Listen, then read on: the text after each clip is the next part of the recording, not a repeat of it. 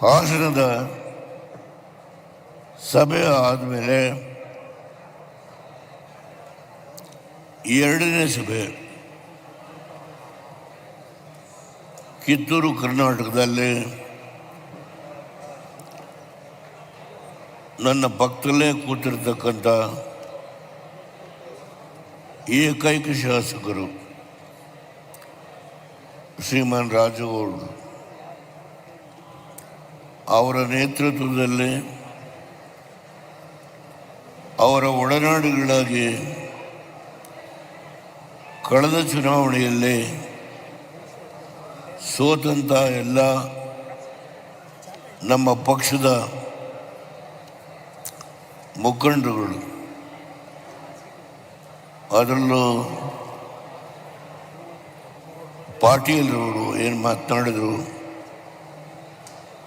ಸೋತಿದ್ರು, ಅವರು ಎದೆಗೊಂದಿಲ್ಲ. ನಾನು ಮತ್ತೆ ಕುಮಾರಣ್ಣವರನ್ನು ಮಾರ್ಗದರ್ಶನದಲ್ಲಿ ಹೋರಾಟ ಮಾಡಿ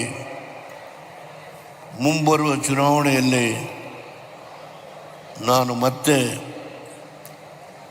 ಜಯಶೀಲನಾಗ್ತೇನೆ ಅನ್ನೋ ಒಂದು ಆತ್ಮವಿಶ್ವಾಸವನ್ನು ವ್ಯಕ್ತಪಡಿಸಿದರು. ನಾನು ನೋಡ್ತಾ ಇದ್ದೀನಿ. ಈಗ ತಾನೇ ಯುವ ಮುಖಂಡ ನಿಖಿಲ್ ಕುಮಾರಸ್ವಾಮಿ ಅವರು 2 ಸಾರಿ ಬಂದಿದ್ದಾರೆ ಇಲ್ಲಿಗೆ. ಈ ಕಾರ್ಯಕ್ರಮ ಯಶಸ್ವಿ ಆಗಲಿಕ್ಕೆ 2 ಸಾರಿ ಬಂದು ರಾಜಗೌಡರು ಮತ್ತು ಎಲ್ಲ ನಮ್ಮ ಪಕ್ಷದ ಮುಖಂಡಗಳ ಜೊತೆ ಸಮಾಲೋಚನೆ ಮಾಡಿ ಈ ಭಾಗದ 5 ಜಿಲ್ಲೆಗಳಿಂದ ಶಕ್ತಿ ಮೀರಿ ತಾವೆಲ್ಲ ಈ ಕಾರ್ಯಕ್ರಮಕ್ಕೆ ಬರಬೇಕು ಅನ್ನೋ ಹುರಿದುಂಬಿಸಿದ್ದಾರೆ. ಆ ಹಿನ್ನೆಲೆಯಲ್ಲಿ ತಾವು ತಾಯಂದಿರು, ಯುವಕರು, ನಮ್ಮ ಹಿರಿಯ ಮುಖಂಡರು ಈ ಸಭೆಗೆ ಬಂದಿದ್ದೀರಿ. ವೇದಿಕೆಯಲ್ಲಿ ಕುಳಿತಿರ್ತಕ್ಕಂಥ ಎಲ್ಲ ಮುಖಂಡಗಳ ಹೆಸರನ್ನು ನಾನು ನಾಡಗೌಡರು, ಮಾಜಿ ವೆಂಕಟರಾವ್ ನಾಡಗೌಡ, ಮಾಜಿ ಮಂತ್ರಿಗಳು ಮಲ್ಲೇಶ್ ಬಾಬು ಅವರು, ಹಾಲಿ ಲೋಕಸಭಾ ಸದಸ್ಯರು ಚವಾನ್, ಮಾಜಿ ಶಾಸಕರು ದೇವಾನಂದ ಚವಾನ್ ಅವರು, ನಾನಾಗಲೇ ಹೇಳಿದ್ದೇನೆ ರಾಜಗೌಡರ ಬಗ್ಗೆ, ಬೇಡಿ ಪಾಟೀಲ್ ಅವರು, ಅವ್ರು ಭಾಷಣ ಮಾಡಿದ ಸಂದರ್ಭದಲ್ಲಿ ಪ್ರತಿಯೊಂದು ಅವ್ರ ಮಾತಿನ ದಾಟಿಯನ್ನು ನಾನು ತಿಳ್ಕೊಂಡಿದ್ದೇನೆ. ಕೋರ್ ಕಮಿಟಿಯ ಅಧ್ಯಕ್ಷರು ಕೃಷ್ಣಾರೆಡ್ಡಿ ಅವರು, ಶಾಸಕ ಪಕ್ಷದ ನಾಯಕರು ಸುರೇಶ್ ಬಾಬು ಅವರು, ಶರಣಗೌಡ, ನಮ್ಮ ಪಾಟೀಲ್ ಅವರು, ದೊಡ್ಡಣ್ಣಗೌಡ ಪಾಟೀಲ್ ಅವರು, ಶ್ರೀಮತಿ ಶಾರದಾಪುರ್ಲ ನಾಯಕ್, ಶ್ರೀಮತಿ ಕರೀಮಾ ನಾಯಕ್, ಅಪ್ಪಗೌಡ ಮನಗೊಳ್ಳಿ, ಹೀಗೆ ಶ್ರೀಮತಿ ಸುನಿಲಾ ಚವಾನ್, ಅನೇಕ ಮುಖಂಡಗಳಿದ್ದಾರೆ. ನಾನು ಕ್ಷಮೆ ಕೇಳ್ತೇನೆ, ಎಲ್ಲರ ಹೆಸರನ್ನು ಹೇಳಲಿಕ್ಕೆ ಆಗಲಿಲ್ಲ. ದಯಮಾಡಿ ಯಾರು ಅನ್ಯತಾ ಭಾವನೆ ಮಾಡಬಾರ್ದು. ಮಾಧ್ಯಮದ ಸ್ನೇಹಿತರು, ಗೌರವಾನ್ವಿತ ದೃಷ್ಟಿ ಮಾಧ್ಯಮ ಮತ್ತು ಅಚ್ಚು ಮಾಧ್ಯಮದ ಎಲ್ಲ ಸ್ನೇಹಿತರಿದ್ದಾರೆ. ಮಾಜಿ ಶಾಸಕರು, ಮಾಜಿ ಮಂತ್ರಿಗಳು, ಪಕ್ಷದ ಹಿರಿಯ ಕಾರ್ಯಕರ್ತರು, ಮೂಲೆ ಮೂಲೆಯಿಂದ ಬಂದಿರತಕ್ಕಂಥ ಪುಣ್ಯಾತ್ಮರು ನೀವೆಲ್ಲ ಇದ್ದೀರಿ.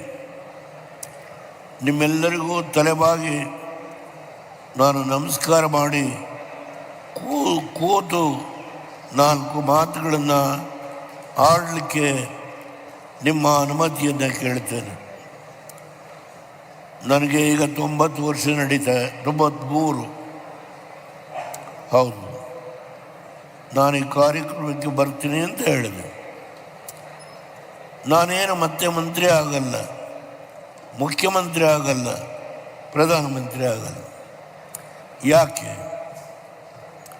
ಯಾಕೆ ಈ ಕಾರ್ಯಕ್ರಮಕ್ಕೆ ಬರ್ತೀನಿ ಅಂತ ಹೇಳಿದೆ? ಈ ಭಾಗದ ಮಹಾಯುದ್ಧೆ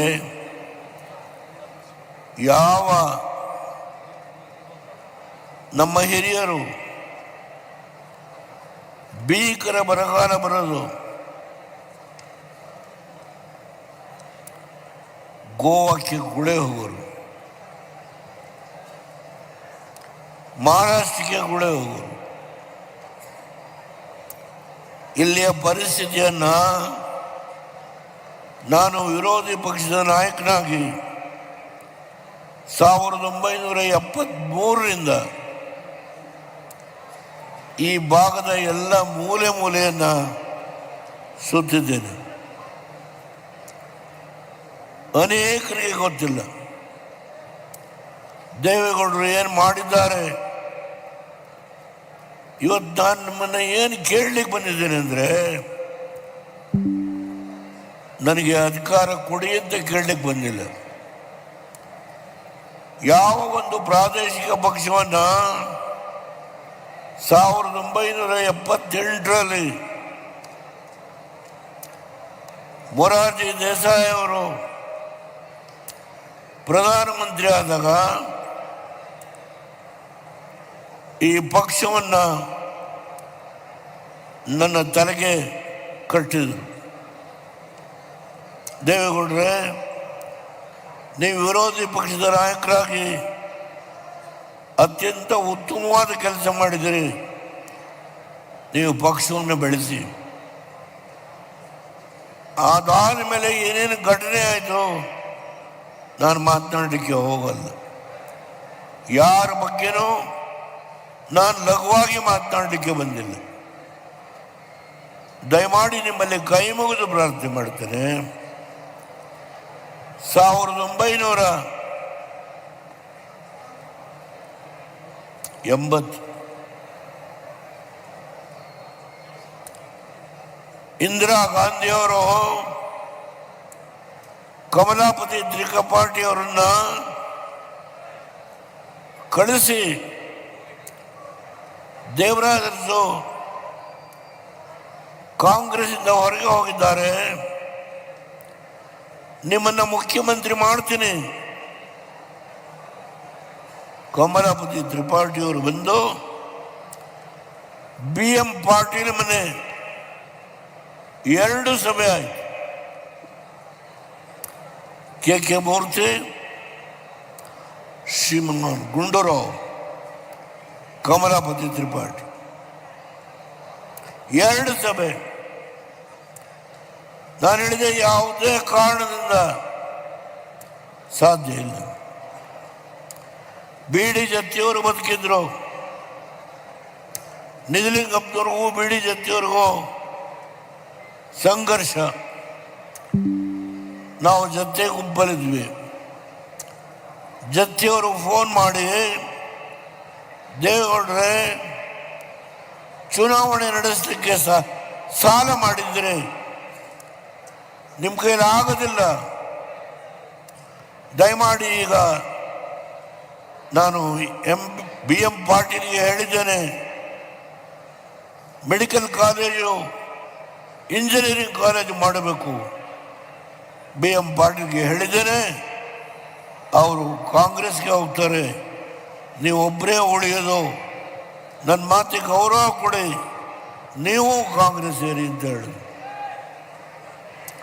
ಕಮಲಾಪತಿ ತ್ರಿಪಾಠಿ ಅವ್ರಿಗೆ ಹೇಳಿದೆ, ತ್ರಿಪಾಠಿ ಅವರೇ ಹೇಳಿ ಇಂದಿರಾ ಗಾಂಧಿ, ಯಾವ ದೇವೇಗೌಡ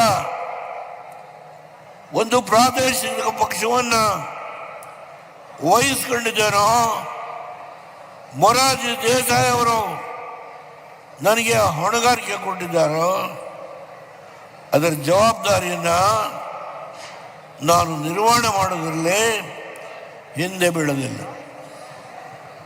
ಆ ಜವಾಬ್ದಾರಿಯನ್ನು ಹೊತ್ತು ಇವತ್ತು 25 ವರ್ಷಗಳ ಶತಮಾನೋತ್ಸವ ಅದನ್ನು ಆಚರಣೆ ಮಾಡ್ತಕ್ಕಂಥ ಈ ಸಂದರ್ಭದಲ್ಲಿ ತಾವೆಲ್ಲ ಪುಣ್ಯಾತ್ಮರು ಸೇರಿದ್ದೀರಿ. ದಯಮಾಡಿ ನಾನು ಬಂದಿರೋದಿಲ್ಲೇ ನನ್ನನ್ನು ಮುಖ್ಯಮಂತ್ರಿ ಮಾಡಿ ಅಂತ ಕೇಳಲಿಕ್ಕಲ್ಲ. ಸ್ವಲ್ಪ ಕೂತ್ಕಪ್ಪ. ಯಾವ ಆಲ್ಮಟ್ಟಿ ಜಲಾಶಯಕ್ಕೆ ಲಾಲ್ ಬಹದ್ದೂರ್ ಶಾಸ್ತ್ರಿ ಅವರನ್ನ ಕರೆಸಿ ನಿಜಲಿಂಗಪ್ಪನವ್ರ ಫೌಂಡೇಶನ್ ಹಾಕ್ಸಿದ್ರು. ನಾನು ಬರುವವರೆಗೆ ನಿಜಲಿಂಗಪ್ಪನವರು, ಜತ್ತಿಯವರು, ವೀರೇಂದ್ರ ಪಾಟೀಲರು, ದೇವರಾಜ ಅರಸು ಇವರೆಲ್ಲ ಮುಖ್ಯಮಂತ್ರಿಗಳು. ಹೆಗ್ಡೆ ಅವರು, ದಯಮಾಡಿ ತಪ್ಪು ತಿಳ್ಕೋಬೇಡಿ, ಇವರೆಲ್ಲ ಮುಖ್ಯಮಂತ್ರಿಗಳು. ಆದರೆ ಎಷ್ಟು ನೀರನ್ನು ಹಿಡಿದ್ರು ಕೇವಲ 10% ನೀರು, ಅಂದರೆ 15 ಲಕ್ಷ ಎಕರೆಗೆ ಯಾವ ನೀರನ್ನ, ಕೃಷ್ಣಾ ನದಿಯ ನೀರನ್ನ ಕೊಡಬೇಕಾಗಿತ್ತು, ನಾರಾಯಣಪುರ ಒಂದು ಡೈವರ್ಷನ್ ಅಣೆಕಟ್ಟೆಯನ್ನು ಕಟ್ಟಿ ಕೇವಲ 50,000 ಎಕರೆಗೆ ನೀರನ್ನು ಕೊಟ್ಟಿದ್ರು. ಅರ್ಥ ಮಾಡಿಕೊಳ್ಬೇಕು. ನಾನು ಅಧಿಕಾರ ವಹಿಸ್ಕೊಂಡಾಗ ವೀರಪ್ಪ ಮೊಯ್ಲಿ ಫಿಯರ್ಲೆಸ್ ಕಂಪನಿಯಿಂದ 200 ಕೋಟಿ ಸಾಲವನ್ನು ತಂದು ಸರ್ಕಾರಿ ಅಧಿಕಾರಿಗಳ ಸಂಬಳವನ್ನು ಕೊಡ್ತಾ ಇದ್ರು. ಅರ್ಥ ಮಾಡಿಕೊಳ್ಳಿ. ಅಂಥ ಸಂದರ್ಭದಲ್ಲಿ ನಾನು ಮುಖ್ಯಮಂತ್ರಿ ಆದ. ಹೇಗೆ ಹಣಕಾಸನ್ನ ಈ ಬೃಹತ್ ಸಮಸ್ಯೆಗೆ ಕೂಡಿಸ್ಬೇಕು ಅನ್ನೋದು ಒಂದು ದೊಡ್ಡ ಸಮಸ್ಯೆ. ಇಲ್ಲಿಗೆ ಯಾವ ಅಧಿಕಾರಿ ಬರಲಿಕ್ಕೆ ತಯಾರಿಲ್ಲ. ಅವತ್ತು ಮೊದಲು ಒಂದು ಮಾತನ್ನ ಹೇಳಿ ಆಮೇಲೆ ವಿಶ್ಲೇಷಣೆ ಮಾಡ್ತೇನೆ. ನಾನು ಏನು ಇವತ್ತೇನು ಕುಮಾರಣ್ಣವರೇ ನೀವು ಅಧಿಕಾರಕ್ಕೆ ಬಂದು 2 ಲಕ್ಷ ಹುದ್ದೆ ಖಾಲಿ ಇದೆ, ಅದನ್ನು ತುಂಬಬೇಕು ಅಂತ ಹೇಳಿ ಮೊನ್ನೆ ಧಾರವಾಡದಲ್ಲಿ ನಡೆದಂಥ ಒಂದು ಹೋರಾಟ, ನಮ್ಮ ನಿರುದ್ಯೋಗಿ ಯುವಕರು, ನಾವು ಅಧಿಕಾರ ವಹಿಸಿಕೊಂಡ ಮೊದಲನೇ ವರ್ಷ 1.5 ಲಕ್ಷ ಹೆಣ್ಣು ಮಕ್ಕಳನ್ನ ಯಾವುದೇ ಒಂದು ಇಂಟರ್ವ್ಯೂ ಇಲ್ಲದೇನೆ ಅವ್ರಿಗೆ ನೇಮಕಾತಿಯನ್ನು ಮಾಡಿದ್ವಿ. 1.5 ಲಕ್ಷ. ಅರ್ಥ ಮಾಡಿಕೊಳ್ಬೇಕು. ಮುಸಲ್ಮಾನ್ ಬಂಧುಗಳಿಗೆ 4% ರಿಸರ್ವೇಷನ್ ಕೊಟ್ಟಂತಹದ್ದು ಬದುಕಿದ್ದೀನಿ ಇಲ್ಲಿ ದೇವೇಗೌಡ. ಇಸ್ಮಾಯಿಲ್ ಕಾಲಿಬುಡ್ಡೆ ಅವರನ್ನ MLC ಮಾಡಿದೆ, ಕರ್ಪೂರಿ ಮಾಟನ್ನ MLC ಮಾಡಿದೆ. ಇಲ್ಲೇ ಪಾಟೀಲು ವಾಪ ಬಿಜಾಪುರದಲ್ಲಿ ನಾನು ಚುನಾವಣಾ ಪ್ರಚಾರಕ್ಕೆ ವೇದಿಕೆ ಮೇಲೆ ನಿಂತಿದ್ದೇನೆ. ದೇವೇಗೌಡ್ರೆ, ನೀವು ನಮ್ಮ ಸಮಾಜ ಗುರುತಿಸಿಲ್ಲ, ನೀವು ಗಾಣಿಗಾಯ್ತರ? ನಮ್ಮ ಸಮಾಜ ಗುರುತಿಸಿಲ್ಲ ನೀವು. ಯಾರಪ್ಪ ನಿಮ್ಮ ಸಮಾಜ? ನೋಡಿ ಇಲ್ಲಿದ್ದಾರೆ, ಬಾಪ ಮೇಲೆ ಬಂದರು. ಅವ್ರ ಕೈ ಹಿಡಿದು ನಾನು ಬೆಂಗಳೂರಿಗೆ ಹೋಗಿ ಇದನ್ನ MLC ಮಾಡ್ತೀನಿ ಅಂತ ಹೇಳಿ ಬಹಿರಂಗ ಸಭೆಯಲ್ಲಿ ಹೇಳಿದ್ದು ದೇವೇಗೌಡ. ದೇವೇಗೌಡನಿಗೆ ಜಾತಿ ಇಲ್ಲ, ದೇವೇಗೌಡನಿಗೆ ಜಾತಿ ಇಲ್ಲ. ಈ ರಾಜ್ಯದ ಅಭಿವೃದ್ಧಿ, ಕನ್ನಡ ಮಕ್ಕಳು ಕಿತ್ತೂರು ಕರ್ನಾಟಕ, ಹಳೆ ಮೈಸೂರು, ಕಲ್ಯಾಣ ಕರ್ನಾಟಕ, ನಾವು ಒಂದು ತಾಯಿಯ ಮಕ್ಕಳು, ನಾವು ಬದುಕಬೇಕು. ನಮ್ಮ ಜನಸಂಪತ್ತನ್ನ ನಾವು ಬಳಕೆ ಮಾಡಿಕೊಳ್ಳಲಿಕ್ಕೆ ಹಣ ಹೇಗೆ ಕೊಡಿಸ್ಬೇಕು, ಹೇಗೆ ಕೊಡಿಸ್ಬೇಕು? ಫೇರ್ಲೆಸ್ ಕಂಪನಿಯಿಂದ ಸಾಲ ತಂದಿದ್ದಾರೆ ಸರ್ಕಾರಿ ನೌಕರ ಸಂಬಳ ಕೊಡಲಿಕ್ಕೆ. ನಾನು ಕೈ ಮುಗಿದು ಪ್ರಾರ್ಥನೆ ಮಾಡ್ತೀನಿ, ಓದಬೇಕು ಪುಸ್ತಕ. ಕನ್ನಡದಲ್ಲೇ ಇದೆ. ನೇಗಿಲ ಗಿರೆಗಳು ನಮ್ಮ ರೋಸಿ ಡಿ ಸೋಜ, ಇಂಗ್ಲಿಷ್ನಲ್ಲಿ ಶ್ರೀನಿವಾಸ. ಒಂದು ಶಬ್ದ ಹೇಳ್ತೀನಿ, ಹೆಚ್ಚು ಹೇಳೋದು ಬೇಡ.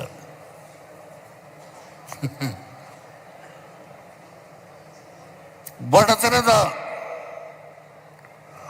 ಮಟ್ಟದಲ್ಲಿ ಕನಿಷ್ಠ ವರ್ಷ ಪೂರ್ತಿ ಉದ್ಯೋಗ ಖಾತ್ರಿ ಇದೆ ಇಲ್ಲದ ಉತ್ತರ ಕರ್ನಾಟಕ. ಬಡತನದ ಬೇಗೆಗೆ ಕಾರಣವಾಗಿದ್ದ ಒಬ್ಬ ಸಣ್ಣ ರೈತನ ಮಗನಾಗಿದ್ದ ದೇವೇಗೌಡರು ಅವರನ್ನು ದೊಡ್ಡ ಆಲೋಚನೆಗಾಗಿ ಪರಿವರ್ತಿಸಿದರು ಎನ್ನುತ್ತಾರೆ ಜಾಮದಾರ್. ಜಾಮದಾರ್ ಯಾರು? ಯಾವ ಜಾತಿ? 1989ರ IAS ಅಧಿಕಾರಿ, ನಿಜಲಿಂಗಪ್ಪನವರ ಅಳಿಯ ಮುಖ್ಯ ಕಾರ್ಯದರ್ಶಿ ಶ್ರೀಮಾನ್ ಮುದ್ದಪ್ಪ. ಜಾಮದಾರ್ನ ನಾನು ಎಲ್ಲ ಅಧಿಕಾರ ಈ ಸಭೆ ನನಗೆ ಊಟ ಬೇಕಾಗಿಲ್ಲ ನನಗೆ. ನಾನು ಬಂದಿರೋದು ಈ ಶರೀರದಿಂದ ಈ ಆತ್ಮ ಹೊರಗೆ ಹೋಗೋದಕ್ಕಿಂತ ಮುಂಚೆ ಈ ನಾಡಿನ ಸಮಸ್ಯೆ 524 ನಾನು ಗೇಟನ್ನ ಏನು ಇಡಬೇಕು ಅಂತ ತೀರ್ಮಾನ ಮಾಡಿದ್ದು, ಅದನ್ನು ಮುರಿದು 519ಕ್ಕೆ ಚಂದ್ರಬಾಬು ನಾಯ್ಡುಗೂ ನನಗೂ ಹೋರಾಟ.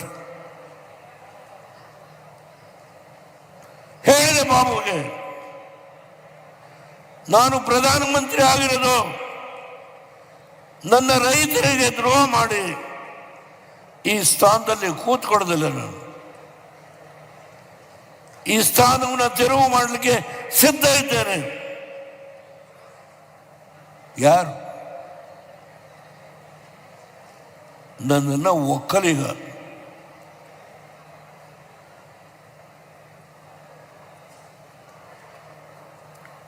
ಯುವಕರೇ, ಹೇಳಿ, ಎದ್ದೇಳಿ. ಈ ಯಾವ ಕರ್ನಾಟಕ ಇದೆಯೋ ಇದನ್ನ ನಾವು 3 ಭಾಗವಾಗಿ ವಿಂಗಡಣೆ ಮಾಡುವ ಅವಶ್ಯಕತೆ ಇಲ್ಲ. ನಾವು ತಾಯಿಯ ಮಕ್ಕಳು. ಕೃಷ್ಣಾ ನದಿಯ ನೀರು 15 ಲಕ್ಷ ಎಕರೆಗೆ ನಾನೇನು ಕೊಡಬೇಕು ಅಂತ ಇದ್ದು, ಹಿಬ್ಬರಿಗೆ ಬರಾಜು ಇಲ್ಲಿ 519ಕ್ಕೆ ಗೇಟ್ರೆ ಇಟ್ಟರೆ ಅಲ್ಲಿ 15 ಅಡಿ ನೀರಿಳಿತು. ಆ ಡ್ಯಾಮನ್ನು ಕಟ್ತಾ ಇದ್ರೆ ಆ ಎತ್ತರಕ್ಕೆ ಎರಡೂ ಕಡೆ ಇವತ್ತು ಆನಂದವಾಗಿ ಲಿಫ್ಟ್ ಇರಿಗೇಷನ್ ಮಾಡ್ತಾ ಇದ್ದಾರೆ. ಆನಂದವಾಗಿ ಮಾಡ್ತಾ ಇದ್ದಾರೆ.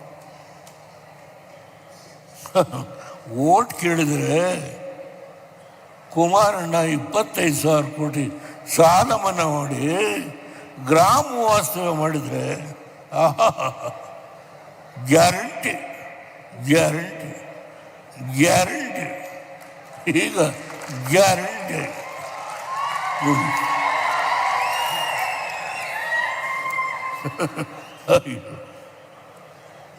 ಶಾಶ್ವತವಾಗಿ ದುಡಿಯುವ ಕೈಗೆ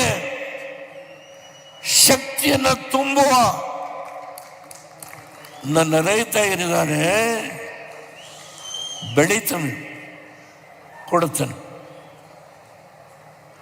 ನೀಡುವ ಕೈ ಇದು, ಕೇಳುವ ಕೈ ಅಲ್ಲ. ಯಾವ ರೈತ ಇದ್ದಾನೆ ದುಡಿತಾನೆ, ಹೋರಾಟ ಮಾಡ್ತಾನೆ, ಅವನಿಗೆ ನೀರು ಗೊಬ್ಬರ ಸಕಾಲದಲ್ಲಿ ಸಾಲ ವ್ಯವಸ್ಥೆ ಮಾಡಿ ನಿಮ್ಮನ್ನೇನು ಕೇಳು. ಆ ಕೆಲಸವನ್ನು ಮಾಡಲಿಕ್ಕೆ ಏನು ಹೋರಾಟ ಮಾಡಿದ್ದೇನೆ ಅಂತೇಳಿ 46 ಪುಟ ಇದೆ. ನಮ್ಮ ಯುವಕರು ದಯಮಾಡಿ ಈ ಪುಸ್ತಕ ತಗೊಂಡು ಓದಬೇಕು. ಜಾಮದಾರು ಅವ್ರನ್ನ ಅಪಾಯಿಂಟ್ ಮಾಡಿದಾಗ ಮೊಳದುದ್ದ ಅಬ್ಜೆಕ್ಷನ್ ಹಾಕಿದ್ರು. ಮುದ್ದಪ್ಪನವರು, ನಿಜಲಿಂಗಪ್ಪನವರು ಅಳಿಯ, ಅವರಿಗೆ 4161 ಎಲ್ಲ ಅಧಿಕಾರ ಕೊಡುವಂಥ ಶಕ್ತಿಯನ್ನು ಏನು ತೀರ್ಮಾನ ಮಾಡಿದೆ. ಇಲ್ಲಿ ಲಾಯರ್ಗಳದು ಹಾವಳಿ ಅವರಿಗೆ ಸುಗ್ಗಿ. ಬಾಗಲಕೋಟೆ ನೂತನ ಟೌನ್ಶಿಪ್ ಯಾರೋ ಬಂದಿದ್ರು, ಒಂದು ಸ್ಟ್ಯಾಚ್ಯೂ ಮಾಡಿದ್ದೀವಿ ಸರ್, ಕುಮಾರಣ್ಣ ಇನಾಗ್ರೇಟ್ ಮಾಡಬೇಕು, ನೀವು ಬಂದು ಕೂತ್ಕೋಬೇಕು. ಬಾಗಲಕೋಟೆ ನನಗೆ ಸ್ಟ್ಯಾಚ್ಯೂ ಬೇಕಾಗಿಲ್ಲ. ಈ ಪಕ್ಷ ಒಂದು ಪ್ರಾದೇಶಿಕ ಪಕ್ಷ ಇದು.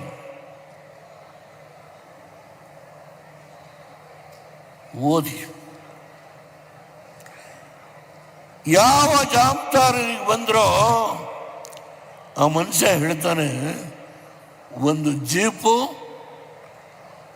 ಒಬ್ಬ ಜವಾನ, ಒಬ್ಬ ಡ್ರೈವರು, ಒಂದು ಹಳೆ ಸರ್ಕ್ಯೂಟ್ ಹೌಸ್,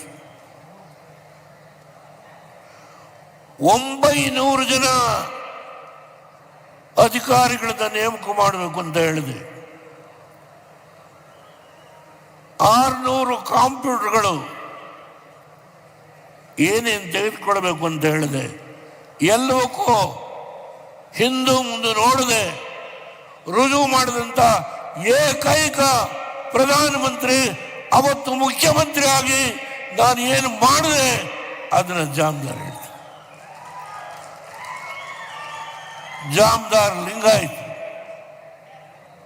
ಆ ಮನುಷ್ಯ ಹೇಳ್ತಾರೆ, ಒಬ್ಬ ಒಕ್ಕಲಿಗ ಅವತ್ತು ಸಂಘರ್ಷ ಇತ್ತು, ಅದೆಲ್ಲವನ್ನು ಮರೆತು ಈ ನೀರನ್ನು ಉಳಿಬೇಕು, ಉಳಿಸ್ಬೇಕು. ಡೆಲ್ಲಿಗೆ ಹೋಗಿ ಅಲ್ಲಿ ಆಕ್ಸಿಲರೇಟೆಡ್ ಇರಿಗೇಷನ್ ಪ್ರೋಗ್ರಾಮ್ ಅವ್ರು ಹೇಳ್ತಾರೆ 20,000 ಕೋಟಿ ರೂಪಾಯಿ ಆ ಒಂದು ಹೊಸ ಸ್ಕೀಮ್ನಿಂದ ಬಂದಿದೆ ಈ ಅಪ್ಪರ್ ಕೃಷ್ಣಕ್ಕೆ. ಅವ್ರು ಹೇಳಿದ್ದಾರೆ, ನಮ್ಮ ಶಾಸಕರು ಮೈ ಬಗ್ಸಿ ಓದಿ,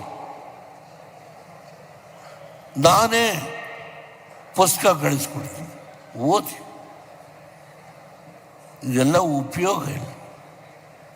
ಮುಂದೆ ಯಾರು ಶಾಸಕರಾಗಬೇಕು ಅಂತಿದ್ರು ಓದಿ. ಪಬ್ಲಿಕ್ ಬಾಂಡ್ಸ್, ಸಾರ್ವಜನಿಕವಾಗಿ ಸಾಲ ಎತ್ತಬೇಕು. ನಾನು ಸಿದ್ದರಾಮಯ್ಯನ ಹಣಕಾಸಿನ ಮಂತ್ರಿ, ಅವ್ರನ್ನೇನೂ ಕೇಳಲಿಲ್ಲ, ಅವರು ಆರಾಮಾಗಿರಿ ಇದ್ದಾರೆ. 18% ಬಡ್ಡಿ. ಅರೆ, ಫಿಯರ್ಲೆಸ್ ಕಂಪನಿಯಿಂದ ಸಾಲ ತಂದಿದ್ದಾರೆ. ದೇವೇಗೌಡರು 18% ಬಡ್ಡಿ ಕೊಡ್ತಾರ? ನಂಬಿಕೆ ಹುಟ್ಟಬೇಕಲ್ಲ. ನಾನು ನನ್ನ ಹೆಂಡತಿ ನಾವಿಬ್ಬರು ಮೊದಲು 2 ಲಕ್ಷ ರೂಪಾಯಿ ಬಾಂಡನ್ನು ತೆಗೆದುಕೊಳ್ತೇವೆ.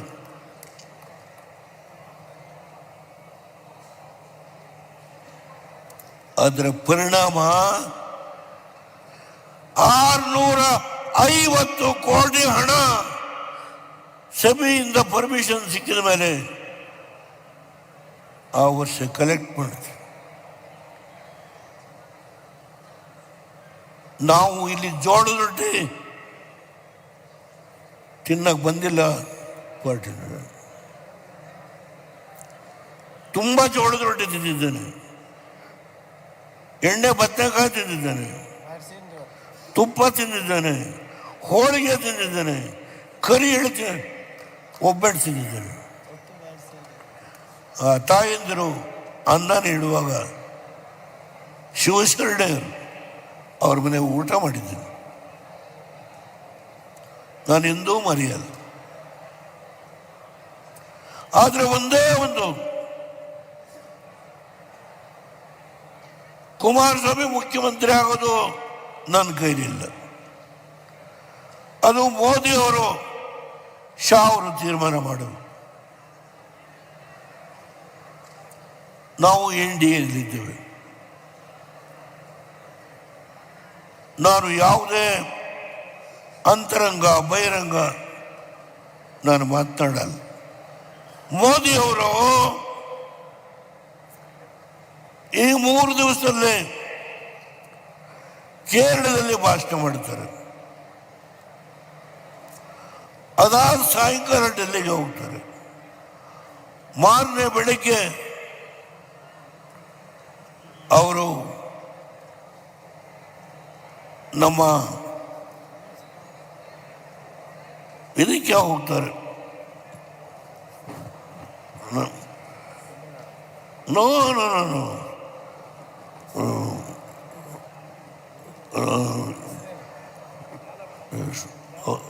ಅಫರತ್ತು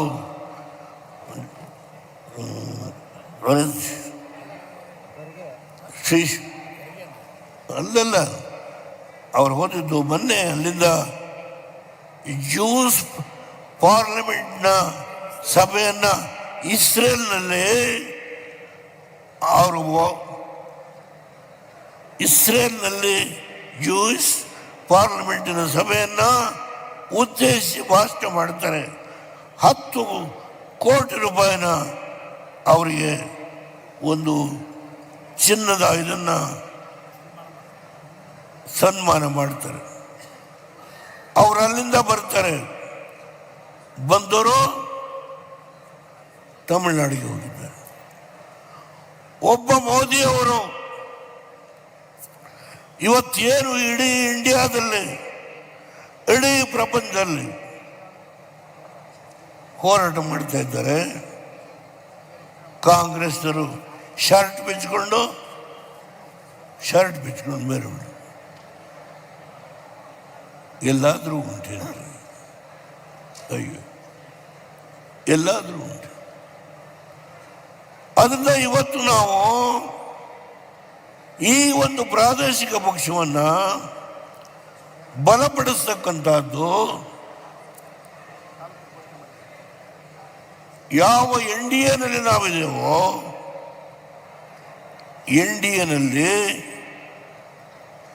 ನಾವು ಕೊಡುವ ಶಕ್ತಿಯನ್ನು ಗಣನೆಗೆ ತೆಗೆದುಕೊಳ್ತಕ್ಕಂಥ ಆ ಒಂದು ಪ್ರಬುದ್ಧತೆ, ರಾಜಕೀಯ ಜಾಣ್ಮೆ ಶ್ರೀಮಾನ್ ಮೋದಿಯವರಿಗೆ, ಶಾ ಅವರಿಗೆ. ಅದರಿಂದ ಇವತ್ತು ನಾನು ನಿಲ್ಲಿಸ್ತೇನೆ. ಕುಮಾರಸ್ವಾಮಿ ಅವರು ನೋಡ್ತಾ ಇದ್ದಾರೆ, ಹೆಲಿಕಾಪ್ಟರ್ನ ವಾಪಸ್ ಹೋಗು, ದಯಮಾಡಿ ಮತ್ತೆ ಬರ್ತೀನಿ. ಇಲ್ಲಿ ನಮ್ಮ ಕುರುಬರು ಹುಡುಗ ಬೇಡಿ ಪಾಟ್ ಎಲ್ಲಿ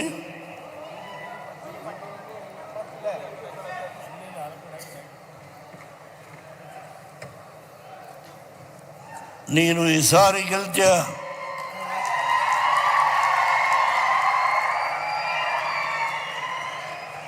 ಬರ್ತೀನಿ. ರಾಜಗೌಡ ಜೊತೆಗೆ ದೇವಾನಂದ ಚೌಹಾಣ್,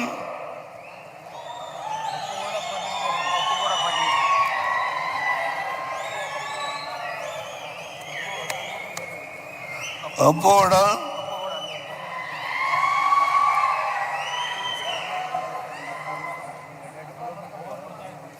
ಬರ್ತೇನೆ ನಾನು.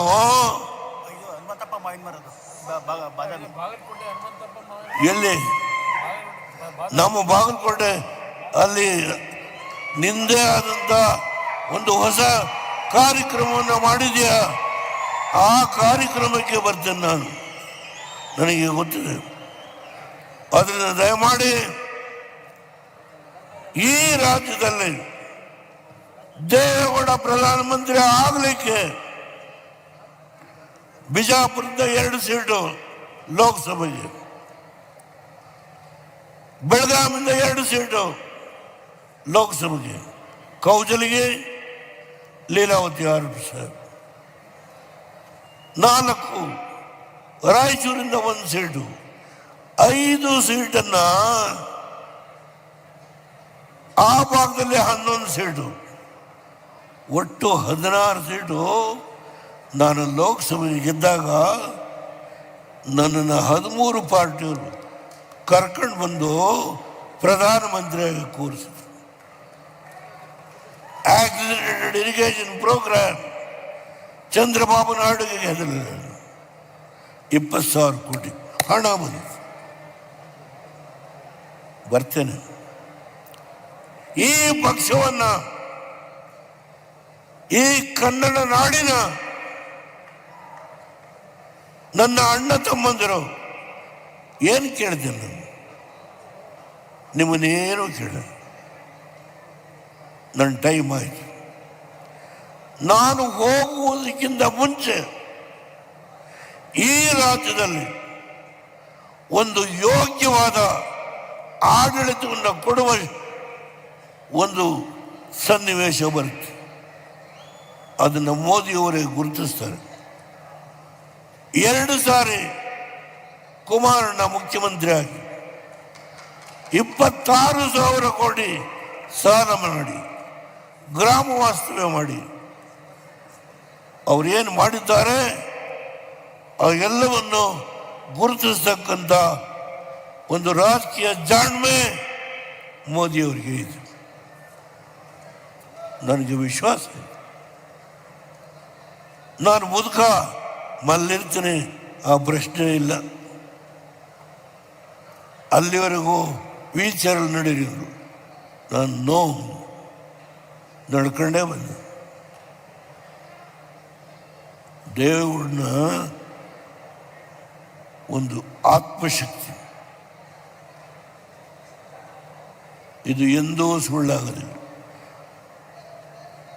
ನಾನು ಈ ಸರ್ಕಾರದ ಬಗ್ಗೆ ಒಂದೇ ಮಾತು, ನನ್ನ ರಾಜಕೀಯ ಜೀವನದಲ್ಲಿ ಇಂಥ ಒಂದು ಕೆಟ್ಟ ವ್ಯವಸ್ಥೆಯನ್ನ ಕೊಟ್ಟಿರ್ತಕ್ಕಂಥ ಸರ್ಕಾರ ನನ್ನ ಜೀವನದಲ್ಲಿ ನೋಡಿಲ್ಲ.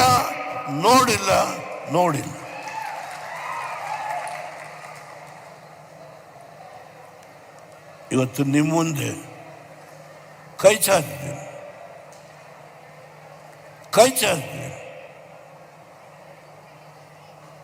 ಒಂದು ಪ್ರಾದೇಶಿಕ ಪಕ್ಷ ಬೆಳೆಸಿ ಉಳಿಸಿ ನಾಡಿನ ಅಭ್ಯುದಯಕ್ಕೆ ಏನು 524ಕ್ಕೆ ಗೇಟನ್ನು ಏರಿಸಬೇಕು ಅಂತ ಹೇಳಿ ಟ್ರಿಬ್ಯುನಲ್ಲು ಅವಾರ್ಡ್ ಕೊಟ್ಟಿದೆ. ಅದು ನೋಟಿಫಿಕೇಶನ್ ಆಗಿಲ್ಲ. ಹೋರಾಟ ಮಾಡ್ತೀನಿ, ನಾನು ನಿಮ್ಮ ಜೊತೆ ಇರ್ತೀನಿ. ಲೋಕಸಭೆಯಲ್ಲಿ ಇರಬಹುದು, ಇಲ್ಲದೆ ಇರಬಹುದು. ದಯಮಾಡಿ ನನ್ನ ಯುವಕರ ಪಡೆ, ಕನ್ನಡಾಂಬೆಯ ಮಕ್ಕಳು ನಾವೆಲ್ಲ ಒಟ್ಟಾಗೋಣ, ಒಂದಾಗಿ ದುಡಿಯೋಣ.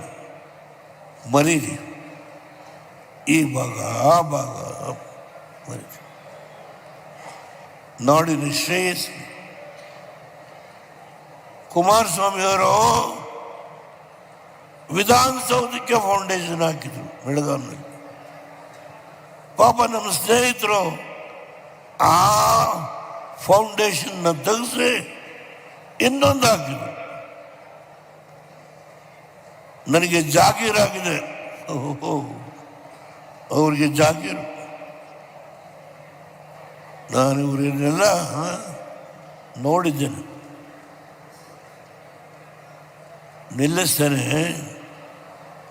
ಈ ಮನೋಭಾವನೆ ಪುಣ್ಯಾತ್ಮ ಜಾಮದಾರ್ ಹೇಳಿದರು. ಒಬ್ಬ ಒಕ್ಕಲಿಗ ಈ ಲಿಂಗಾಯತರು ಒಕ್ಕಲಿಗರ ತಿಕ್ಕಾಟದಲ್ಲಿ ಏನು ಮಾಡಿದ್ದಾನೆ ಅನ್ನೋದನ್ನ ಆತನ ಬಾಯಿಲಿ ಹೇಳಿದ್ದಾನೆ. ಓದಿ. ಇನ್ನೂ ಮಾಡಬೇಕಾದ ಕೆಲಸ ಮಾಡ. ನಿಮ್ಮೆಲ್ಲಲ್ಲಿ ಕೈ ಮುಗಿದು ಪ್ರಾರ್ಥನೆ ಮಾಡಿ. ನಾನು ತುಂಬ ಮಾತಾಡಿದೆ ಅಂತ ಅನ್ನಿಸ್ತದೆ. ಸುಮಾರು 26 ಜನಕ್ಕೆ MLCಗಳು MP ಗಳು ಈ ರಾಜ್ಯದಲ್ಲಿ ಯಾವ್ಯಾವ ಜಾತಿ ಬಂಡಪ್ಪ, ಯಾವ್ಯಾವ ಜಾತಿ? ಅದರ 26 MLCಗಳು, ರಾಜ್ಯಸಭಾ ಮೆಂಬರು, ಲೋಕಸಭಾ ಸದಸ್ಯರು ಮಾಡ್ತಾರೆ.